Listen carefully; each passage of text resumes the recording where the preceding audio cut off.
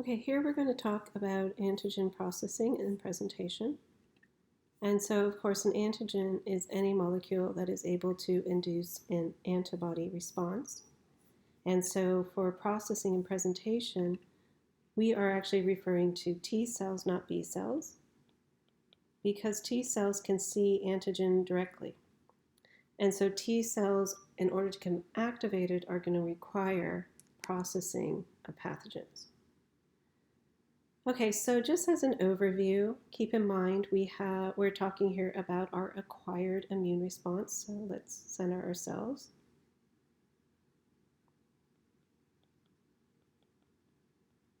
This is also called our adaptive.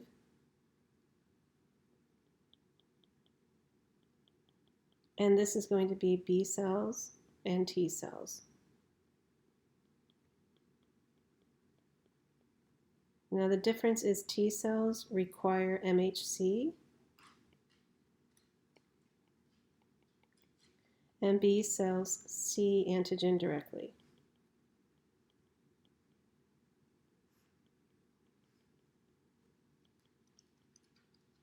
So we're going to talk about how antigens are processed so that T cells can see them. So T cells are going to be categorized into two different types. We have our CD4, which are our helpers, and we have our CD8, which are our cytotoxic. And so each of these types are going to be activated by different MHC molecules, MHC class 1 for CD8 and MHC class 2 for your CD4s. And so we have two basic categories of antigens for T cells. We have intracellular antigens,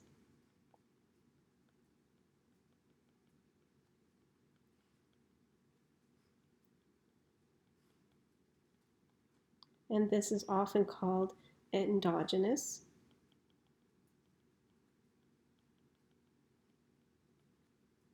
And our endogenous antigens are going to be from the perspective of our cell, not on the perspective of our body. And endogenous antigens are going to come from viruses, certain fungi, and our intracellular bacteria.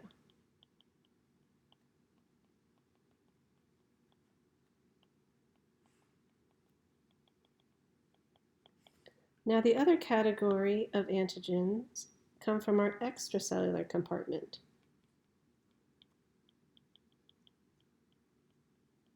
And these are going to be exogenous.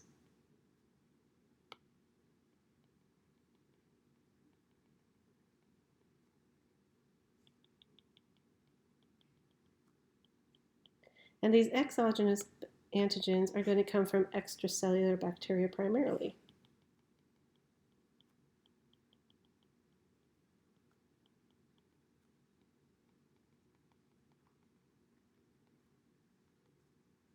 Okay, so now both of our intracellular or extracellular sources of antigen are going to both form peptides.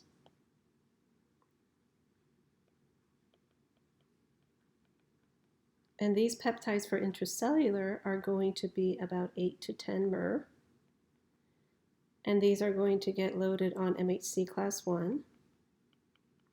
And this will activate our CD8 T cell.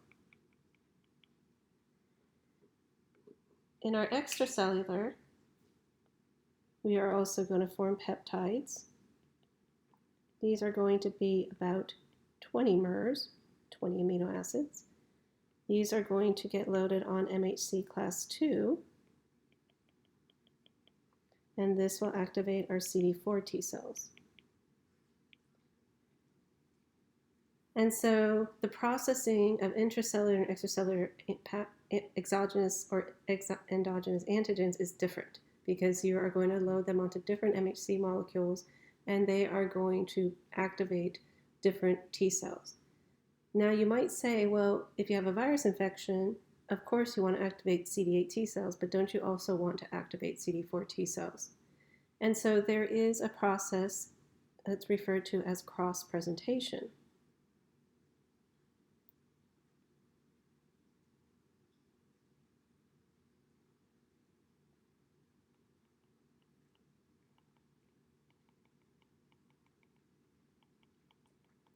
And in this case, your peptides that are generated or your antigens generated endogenously can cross over and be loaded onto MHC class II molecules. Now, for extracellular pathogens, your CD8 T cells really don't have any effect on them because remember, a CD8 T cell has to see antigen expressed on an MHC molecule, and extracellular pathogens do not express MHC molecules. And so CD8 T cells are, in essence, not helpful during an exogenous pathogen infection. All right, so now let's talk a little bit about a cell that's important for activating our T cells. So we have our dendritic cells. So at this point, what do we know? We know that T cells depend on MHC.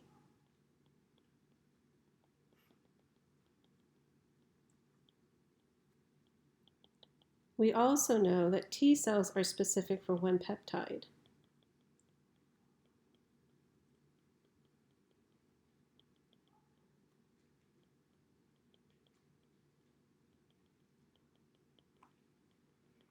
And so T cells are going to have to be activated in a very controlled manner because a T cell that is self-reactive, if it does get activated, it's very hard to eliminate. So you want to control T cell activation. So what's very important about this is a primary or first time exposure to antigen.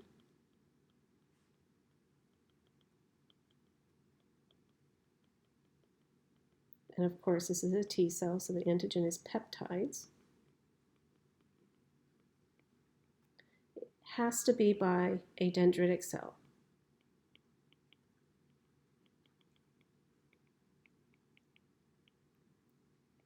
Dendritic cells, DCs.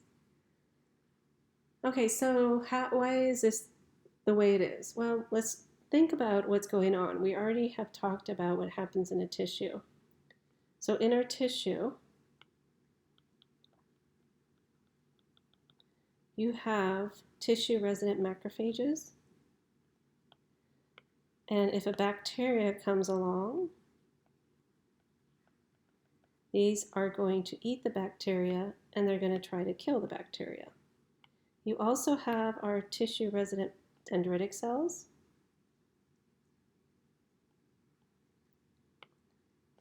And these are going to take up bacteria, but these migrate. So in tissues, these are known as immature. And they are very good at processing antigen. So they like to pick up antigen and process it.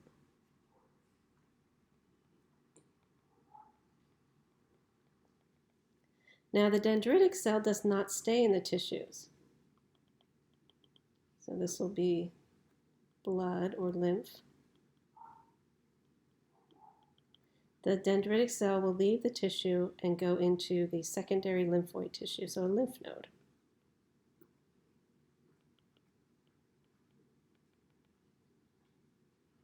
And inside the lymph node, the dendritic cell will go into the T cell zone because your B cells don't need dendritic cells, your T cells need dendritic cells. And so the dendritic cell will go into this T cell zone, and on its surface, it will express MHC class II, and it will have a peptide in its groove for MHC class II. It will also express MHC class I, and it will have a peptide also in the groove of the MHC class I. And so this dendritic cell will be able to activate a CD4 cell and a CD8 cell. And when it gets to the lymph node, this is called a mature dendritic cell.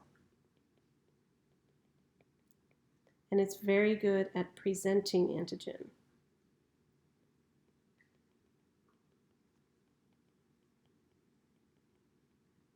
So you can say in a way that in the tissue you have your innate cells, your macrophage and your dendritic cell. The macrophage is containing the infection, Your dendritic cell is what's going to take the antigens and bring them to the lymph nodes so you can activate your acquired response to help your innate response get rid of the pathogen.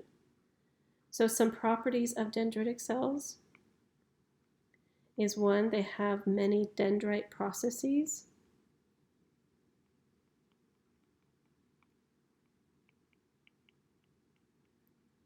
And this is going to allow them to have a lot of surface area, a lot of receptors that can bind to a lot of different antigens. They are going to be mobile. So once they get activated, as they leave the site of the tissue and they mature, go to the secondary lymphoid tissues. They have high levels of MHC class II. And so they're able to activate CD4 T cells, and they secrete cytokines. So these sort of set the stage. And for example, they secrete IL-12, and this drives a T helper 1 response. And of course, this is the CD4 response. And so basically, in the tissue, the dendritic cell knows it picked up a bacteria, intracellular bacteria, or picked up a virus, and then it knows when it goes into the lymph node tissues, it has to express IL-12 so that CD4 helper cell knows I need to become a T helper 1 response. If this was not a intracellular pathogen, if it was another type of pathogen such as an extracellular pathogen, the dendritic cell will set the stage for the Th1 response to be most effective at countering that extracellular pathogen. So dendritic cells know what tissue is infected, it knows what type of pathogen it is, and it brings that information to the secondary lymphoid tissues to activate your acquired immune response. So let's just talk very briefly about CD4 versus CD8 targets. So we have a CD8 T cell, and the CD8 T cell is activated, so it has a polarized nucleus. And notice I already said activated, so it's ready to go. The CD8 T cell is going to be able to interact with any nucleated cell. There's a nucleated cell.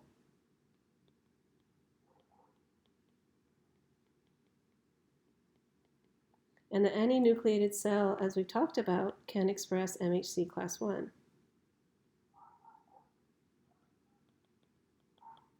And this cell was infected, for example, with a virus. And so it has a virus antigen loaded on an MHC class I. And your T cell will come along with its T cell receptor and be able to bind to that. And so the T cell is going to get activated. It's going to release different types of molecules to induce apoptosis and kill the target. It can release a molecule called porphyrin, and this punches holes. And so it punches holes in the cell membrane of the infected cell, and then it allows granzyme B, and this induces apoptosis. Now, as we talked also before, remember, this can also express Fas ligand. And so potentially on the surface of this nucleated cell, you can have Fas, and that's another route that T cells can use to kill. But in this case, it's very specific. It's targeting a virus-specific cell. Now, your CD4 T cell is different. Let me write that on the outside.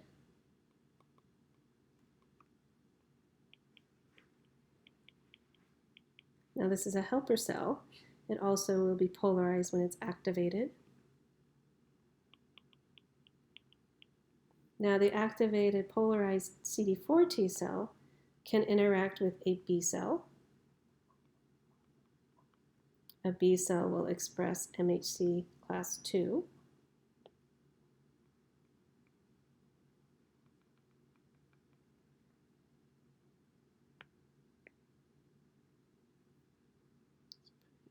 here.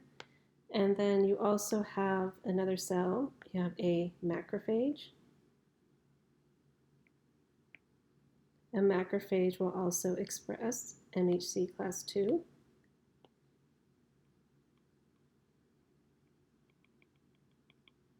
And of course, we have our dendritic cell.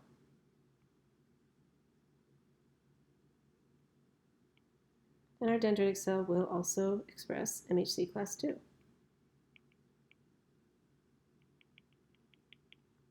And your B cell will have a your T cell will have a T cell receptor that recognizes the peptides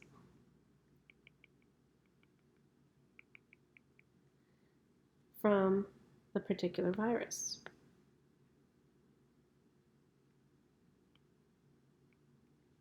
Okay, so your B cell, your macrophage, and your dendritic cell will all be able to interact with your CD4 T cell.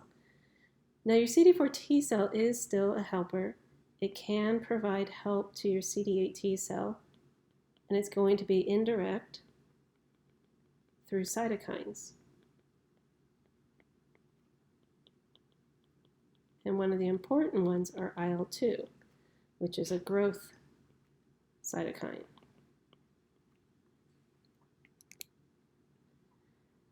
Okay, so let's talk just a little bit about endogenous versus exogenous antigens. So again, this is going to be from the perspective of the cell, and we're talking about antigen processing and presentation. So exogenous is extracellular, and endogenous is intracellular.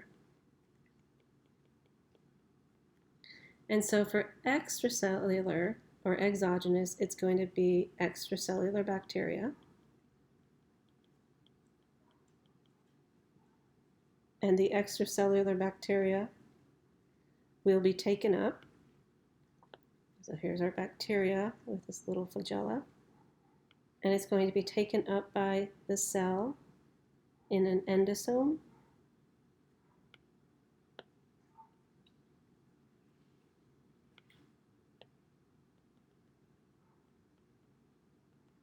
And this cell is going to be our APCs. It's going to be our B cell,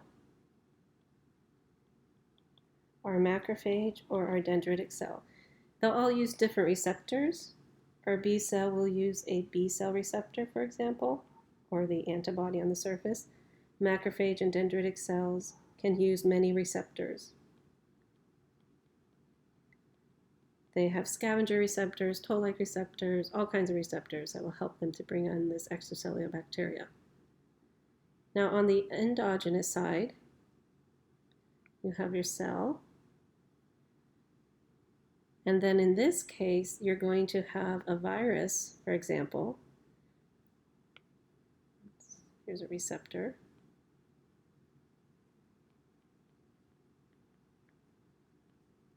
And it can be an ACE2 receptor for our coronavirus. And you're going to have your coronavirus, the little lollipops, spikes. And it's going to infect and get into the cytosol.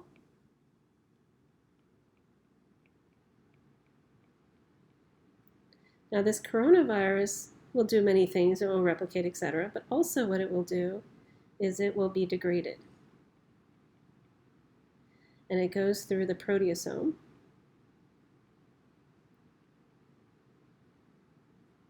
And out will come peptides. And these peptides are what are going to get loaded on MHC class I.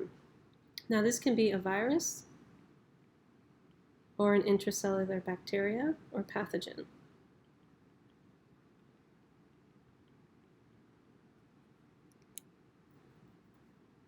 Now let's just talk very quickly about the different types of antigen processing.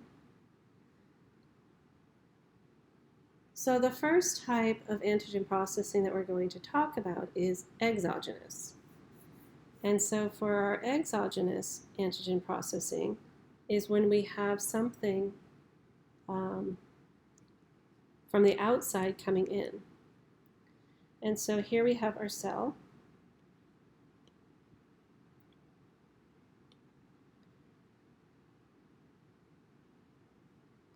And we have a few things that are going on in our cell that I will show before we talk about the actual infection.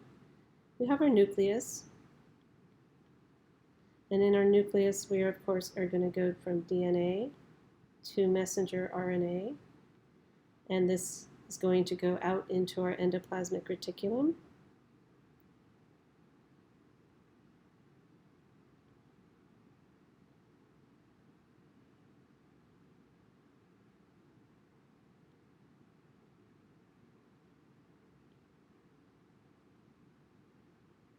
And our endoplasmic reticulum is where you're going to process the proteins. So this is our ER. Oops.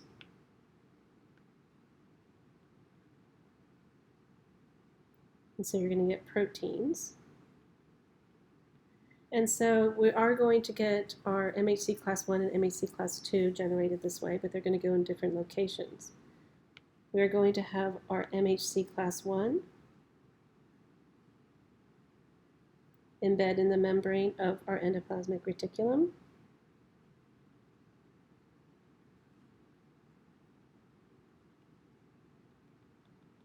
And we're going to have our MHC class 2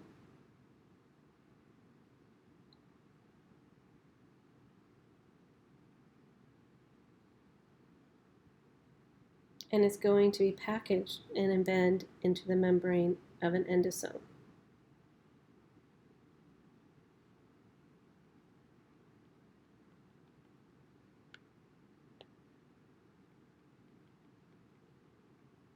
Okay, so now you should start to understand why these are located in different locations and why your MHC class 1 is going to bind to endogenous because it's in the endoplasmic reticulum, and why your class 2 is going to bind to exogenous because it's in the endosomal vesicle, where the exogenous antigens are going to come into.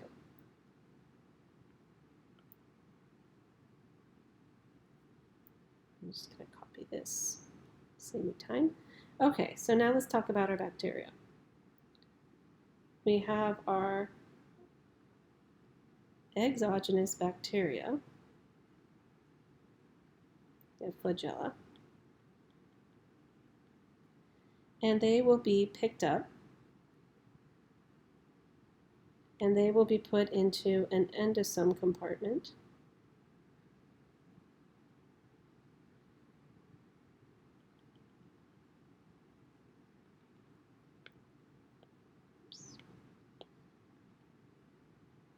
And then this endosome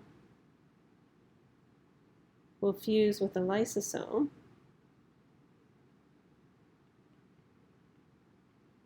And what we know about lysosomes is they have a lot of digestive particles.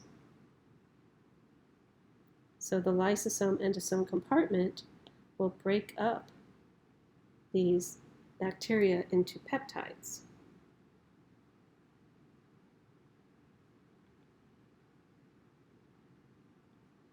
And since it's in the lysosome endosomal compartment, it's going to fuse with our endosome that has our MHC class 2, and the peptide will get loaded on MHC class 2.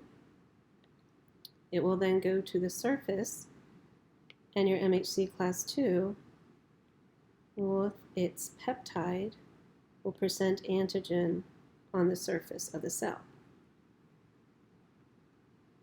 So in essence, you have your synthesis of your MHC molecules, you have your loading of your MHC class 2 into the endosomal compartment, you have a bacteria that gets ingested into the endosomal compartment, it gets digested by your lysosomal enzymes, it fuses with the endosome in which you have your MHC class 2, and your MHC class 2 will present that antigen on the surface of the cell.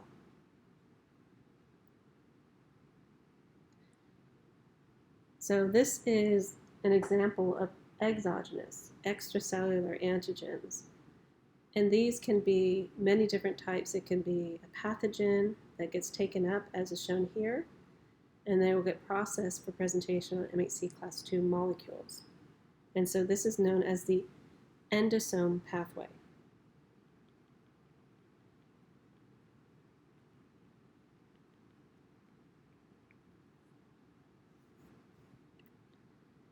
Now, there's also the endogenous antigen processing.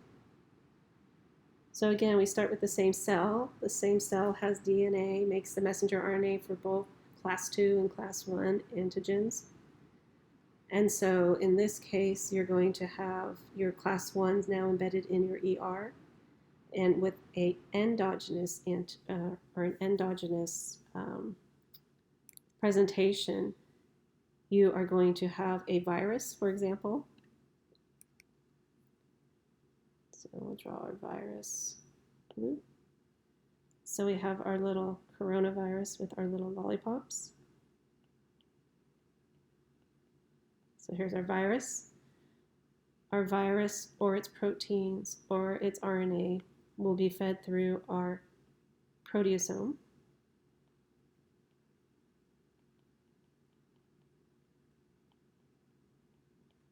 And our proteasome is that large molecular weight proteasome that makes peptides that are good at binding or loading onto MHC class I. Out of the proteasome, you will get viral peptides.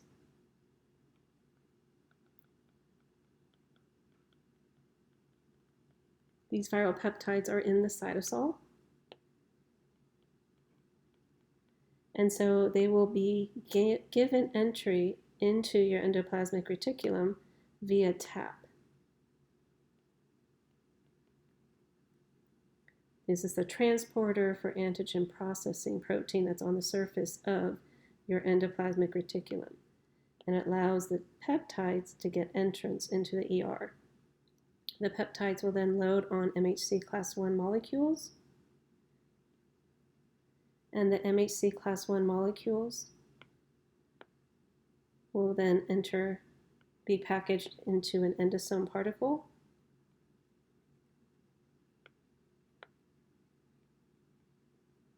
With the peptide attached. And then this will go to the cell surface, and you will get presentation of your MHC class I with its peptide. And this will eventually activate a CD8 T cell.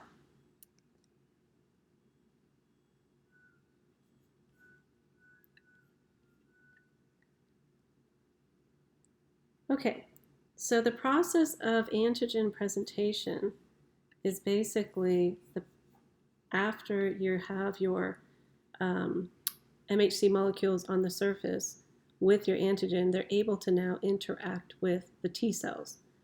So again, MHC class II will interact with CD4 T cells, and MHC class I will interact with CD8 T cells. So in essence, you have here your macrophage that is expressing MHC class II, and this is going to have an antigen in its pocket, and this is going to activate your CD4 T cell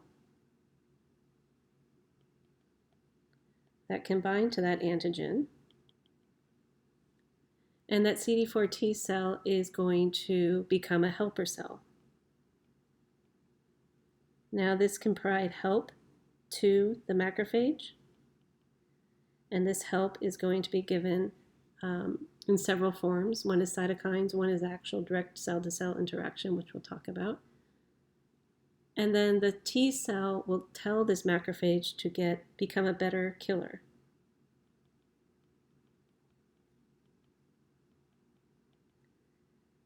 Now you also have a B cell.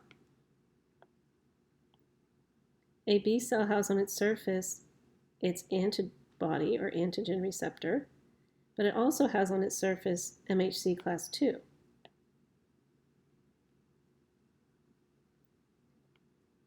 And so the B cell can pick up antigen, this yellow ball, and it will process and present the antigen in the endosomal compartment. So the B cell will take up the antibody with the antigen bound. This B cell will process this into peptides. So you'll have your purple peptides, and you'll have your yellow peptides. And on the surface, this yellow peptide will be recruited to interact with your CD4 T cell.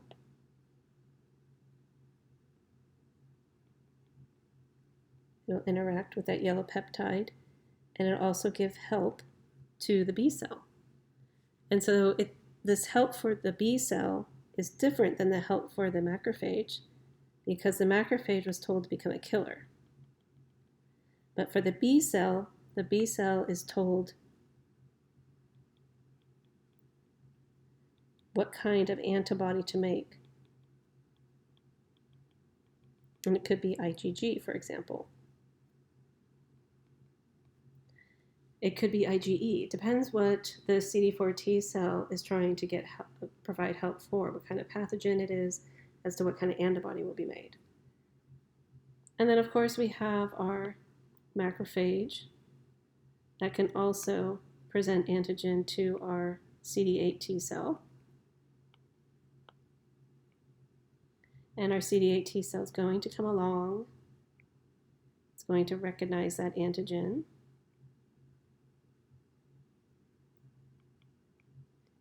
And then it's going to go to the tissues and it's going to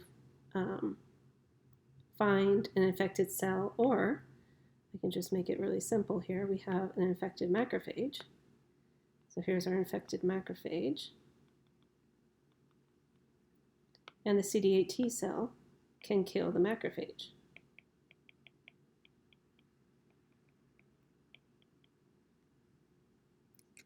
So first, the antigen has to be processed, and it can be processed by the endogenous or exogenous pathways.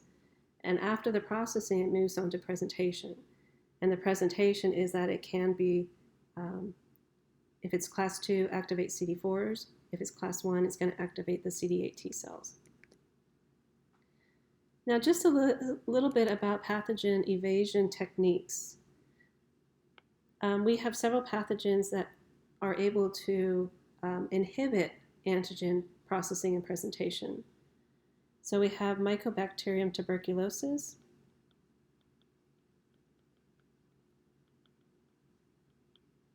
And Mycobacterium tuberculosis inhibits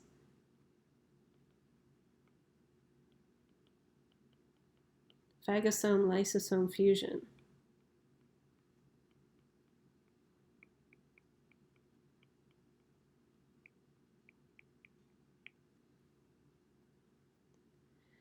And then we also have herpes simplex viruses. Our herpes viruses are able to survive inside of us and latently, as a latent infection. They're very hard for our immune system to get rid of. And they have many immune evading techniques. The one that helps them evade processing and presentation of antigens is that the virus binds TAP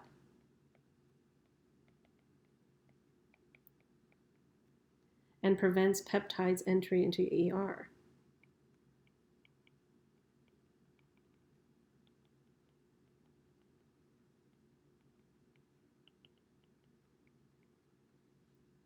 And so herpes simplex virus is, of course, targeting the class 1 pathway. The Mycobacterium tuberculosis is targeting the class 2 pathway. Mycobacterium tuberculosis likes to live inside of endosomes. It doesn't live inside the cytosol of your cells, whereas herpes simplex virus lives inside of the cytosol of your cells, and actually it replicates inside of the nucleus of your cells. And so it's going to go after that class 1 pathway. Now, finally, I just want to discuss just a deficiency of TAP1 and TAP2, and this is at the level of the genome, so it's a genetic deficiency. And so someone who has a deficiency of TAP, and there are 2 TAP proteins, and it can be TAP1 or TAP2,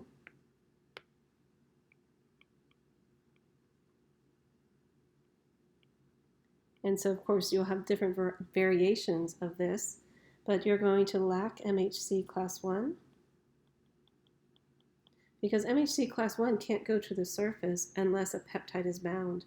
And if you don't have TAP, you're not able to bring peptides into your endoplasmic reticulum, and the MHC class 1 molecule will never leave the endoplasmic reticulum and will actually get degraded over time. This leads to a lack of CD8 T cell activation.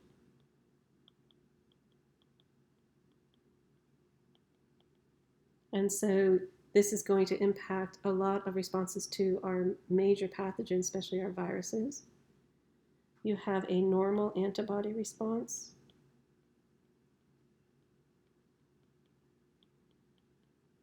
Remember, antibodies are made by B cells. B cells can see antigen directly. You have a normal CD4 T cell response.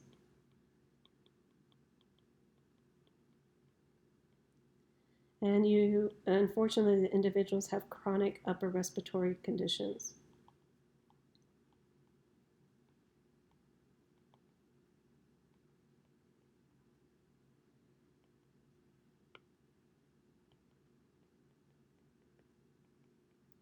And this makes sense because you basically are going to have trouble with intracellular pathogens.